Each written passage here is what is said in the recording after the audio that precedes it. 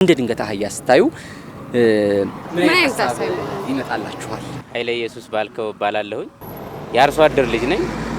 አህያ ለኛ ደግሞ ትልቅ ሞተራችን፣ ትልቅ መጓጓዣችን፣ ሲደክመን ማራፊያችን፣ የጫነውን ጭነት ወደ ቤታችን የምናደርስበት፣ ያዘመርነውን አዝመራ ወደ ቤታችን የምናዘምርበት የምናስገባበት ነው አህያ ማለት። የአህያ ውለታው ብዙ ነው። ከቤታችን ወደ ገበያ የምናጓጓዝበት መኪና በማይደርስበት ቦታ በአህያ ጀርባ ነው። ሐኪም ቤት የምንደርስበት በቅሎና ፈረስ በሌለበት አካባቢ የምንወጣው የምንጓጓዘው በአህያ ነው። አህያ ቻይ ናት። የሰጣሃትን ተሸክማ የምታመላልስ የምታጓጉዝ ናት። እንደ አህያ ደግሞ የሰው ልጅን የሚረዳ የሚያገለግል እንስሳ የለም።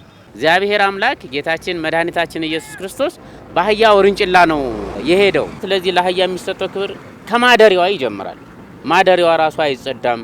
የሚሰጣት ምግብ ዝም ብሎ ነውና ካሉት እንስሳቶች ውስጥ ክብር ያልሰጠናት እንስሳት ብትኖር አህያ ናት። ምን ሐሳብ ነው የሚመጣለው? መጀመሪያችን እንስሳት ሲያዩ ለልጆቻቸው ያለው ፍቅር ከየትኛውም እንስሳ የተለየ። ስለዚህ ከፍተኛ መስዋዕትነት ይከፍላል።